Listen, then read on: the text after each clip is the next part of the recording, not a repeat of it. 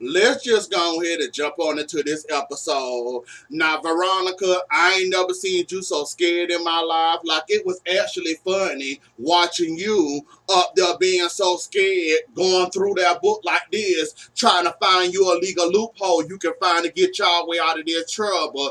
Jim, I ain't never seen you so scared in my life. I was surprised and shocked that your ass was so scared.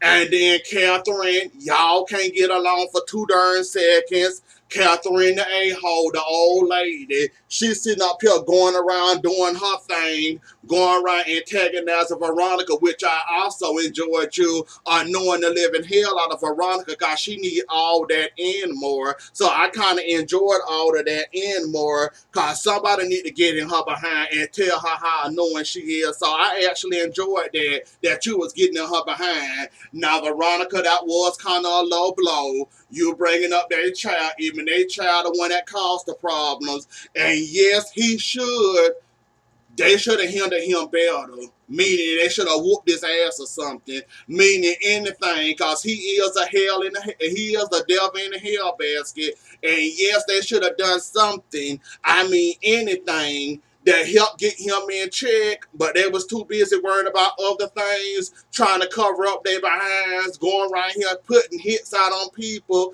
and all this and all that. So they let their son run control and run rapid with his drug problem and all that. So then we got you bringing up their child, talking about what they should have done, talking about putting him in jail. Then they bring up your child, talking about how happy he is, how that boy living in his truth, how that boy happy and smiling, living the way he is and knowing who he is. You, on the other thing, Miss, need to pick a victim and you need to pick a struggle. Sit there, don't like that they talking about your son and how happy he is and how he gay and proud and everybody at that table basically happy for him besides you. You the one got a problem with your son being gay. Jim happy for him. Catherine happy for him. David happy for him. And anybody else that know Jeffrey gonna be happy for David, for Jeffrey. Besides you the only got a problem with your son, and I don't understand why. Now, I ain't told you to pick a struggle once, Miss Thing. You need to pick a struggle right now. You gonna play the devil, the big bad wolf that blows down people's houses, throw hot grits on people, blow up people's cars, about to burn people up in the bed, or you gonna be a victim and you gonna play that victim role correctly because you started with they son good, where they know no good behind son first.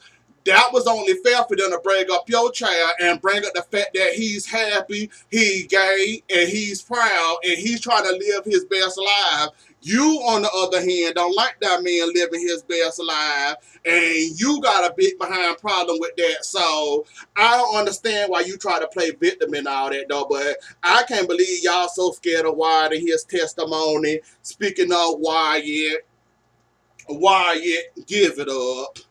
Just give it up and sit down somewhere like, buddy, you ain't gonna shoot nothing. You ain't gonna kill nobody. You ain't gonna do shit. So sit down somewhere, buddy.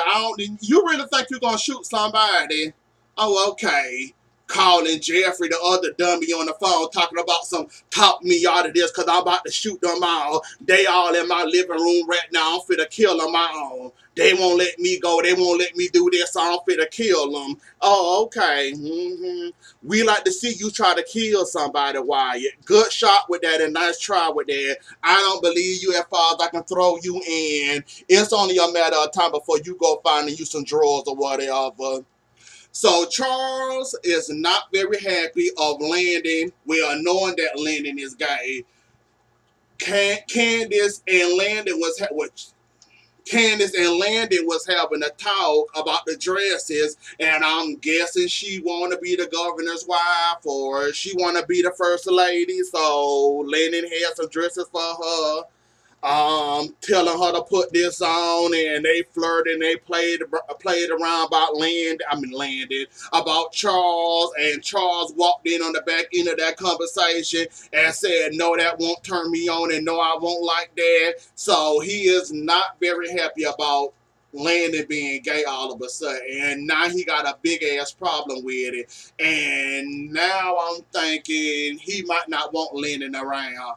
Well, Charles, that man can't help what he is. Yes, he a little thirsty. Well, a bit thirsty. Correction, big thirsty. He can't help himself. He is what he is. I done told him what to do. He won't listen to me. So maybe you can help him find him a dating website. He can go on and help quench his thirst.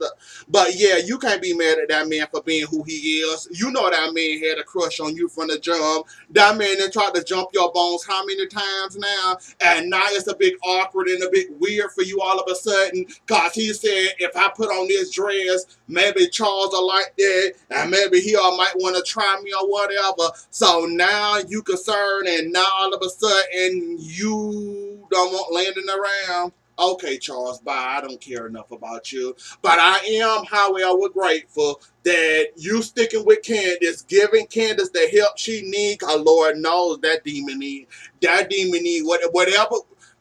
I don't know if you sexed her right, hit her head on the right wall, bounced her head on the ceiling, or bounced her head like a basketball on the floor. Whatever you did to Candace to get her to turn around and be crying on her mama, asking her mama and brother for forgiveness, I thank you for that. But as for the Landon stuff, get over yourself. Get over yourself. Every straight person work with one gay person in their life. You just gonna have to learn to deal with it. And you gonna run into more gay people than you ever known being the president. So you might as well learn to deal with Landon. Yes, he's a little thirsty. Yes, he's a little extra. Yes, he's too much at times. Yes, you need to keep a bucket of water beside him so he can drink when he start to get too thirsty. But you like Lennon around you. I don't care what you say. Lennon didn't help you all the way through. He helped you got Candace back. He convinced Candace to be by your side and to be your first lady. You want Landon around. Even though I don't like his thirstiness, you like Landon around, and you better go ahead and deal with Landon. Landon is your practice in case you do happen to run into some more gay people, and you can detect the signs, and you can learn to deal with gay people, because you being the president, you going to be shaking a lot of hands. They're going to be straight, gay, all bisexual, all types of people around you. You might as well go ahead and get used to it now dealing with Landon, because you're going to have a whole lot of that around you, and I hope you can handle it without freaking out or trying to swing on them or acting like Veronica in general. So you might want to keep Landon around, because Landon is good practice for you, meaning that if you can't take him being gay or trying to hit on you or throwing out innuendos at you, you ain't gonna make it in the White House, buddy. Just go ahead and give it up. And didn't I tell y'all that? Before we get to that, let's go and get to it now that I got it out. Didn't I tell you that Candace was going to be your downfall? Candace is becoming your downfall. They was trying to find, well, I don't know if that was the Secret Service, the FBI, or whoever the hell that was.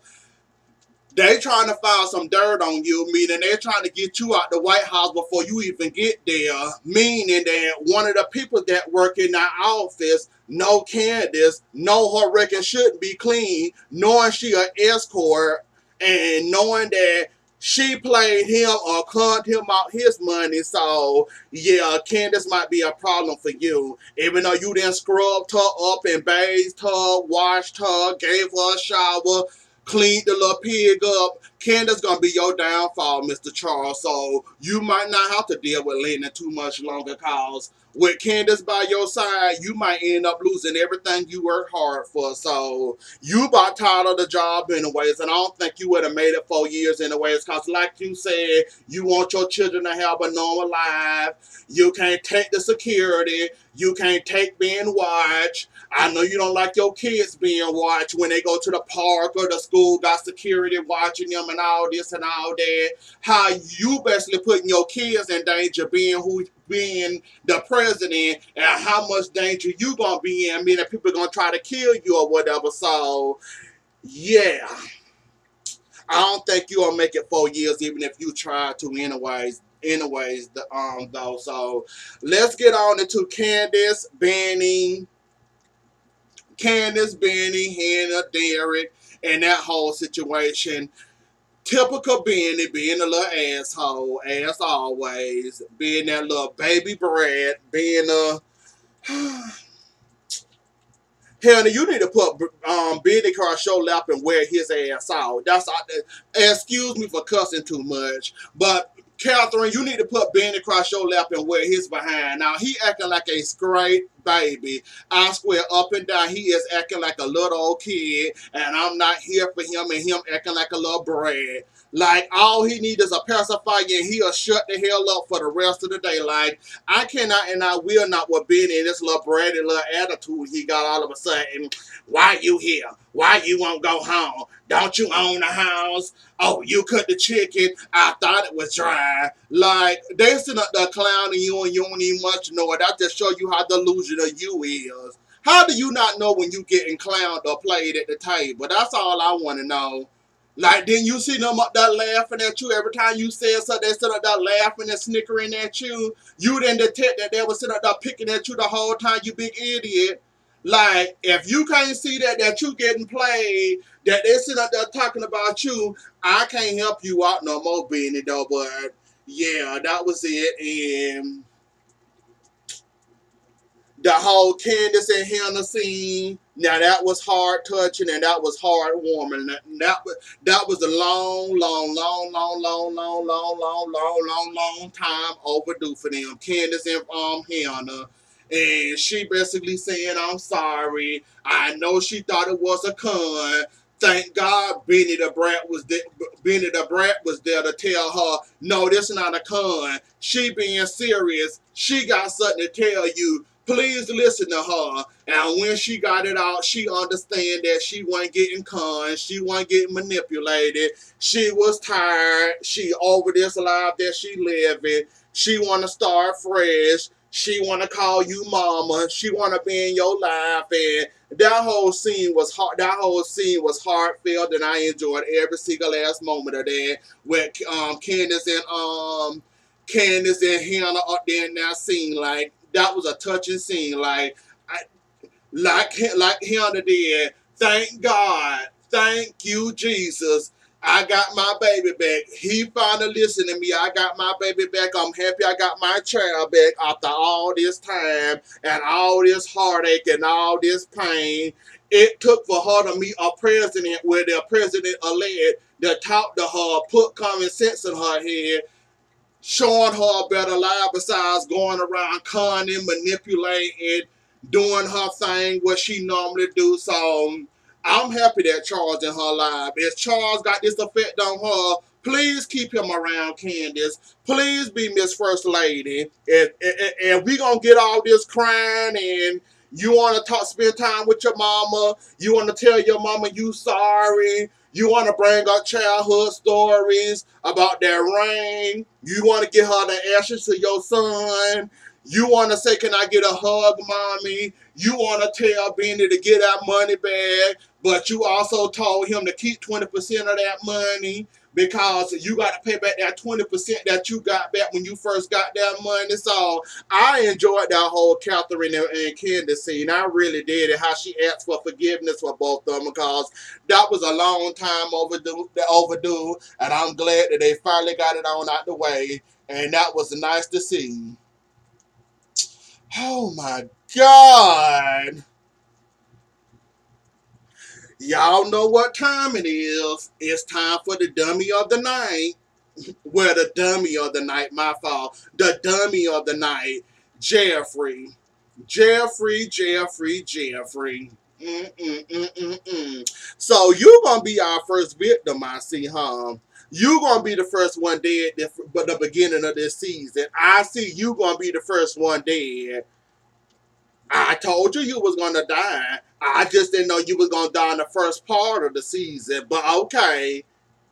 This man is playing you for the fool you are. The idiot you are. You should have listened to Madison when Madison was trying to tell you, I don't trust this man. Something not right. He's conning you. He's manipulating you. He wants you to that house for some reason. I promise you it's not good. Drop your addy, so in case if you don't call me back in about an hour or 30 minutes, I know to drop that addy to the police where they can be over there to his house or wherever the hell y'all going in. Jeffrey, if you don't see this as set up, I can't help you. Good riddance. I hope you enjoyed your life, cause you ain't gonna make it to see 30, buddy. I don't know if you 30 yet. I think they said you was 26, 27. I think somewhere around now. You ain't gonna make it to 30 dealing with Mr. Officer. Mr. Officer is setting you the hell up. He wants you to come to this house, and how much he done begged and plead for you to come to this house, and you still want to come to this house. You know what? You gonna end up dying. I'm sorry to say that, but you gonna end up dying. Like, you should have listened to Madison, and I'm glad you realized how messed up and how wrong you was with Madison trying to save your life, and you apologized, and he also apologized to you. You still don't want to hear this man when he telling you that Mr. Officer is going to kill you. Mr. Officer is going to hurt you. Mr. Officer said if he can't have you, can't nobody have you. I guess you forgot about all that when he put the gun to both of y'all heads and he was about to pull the trigger. I guess you forgot about all that when he put that gun to both of y'all heads and he was willing to pull the trigger.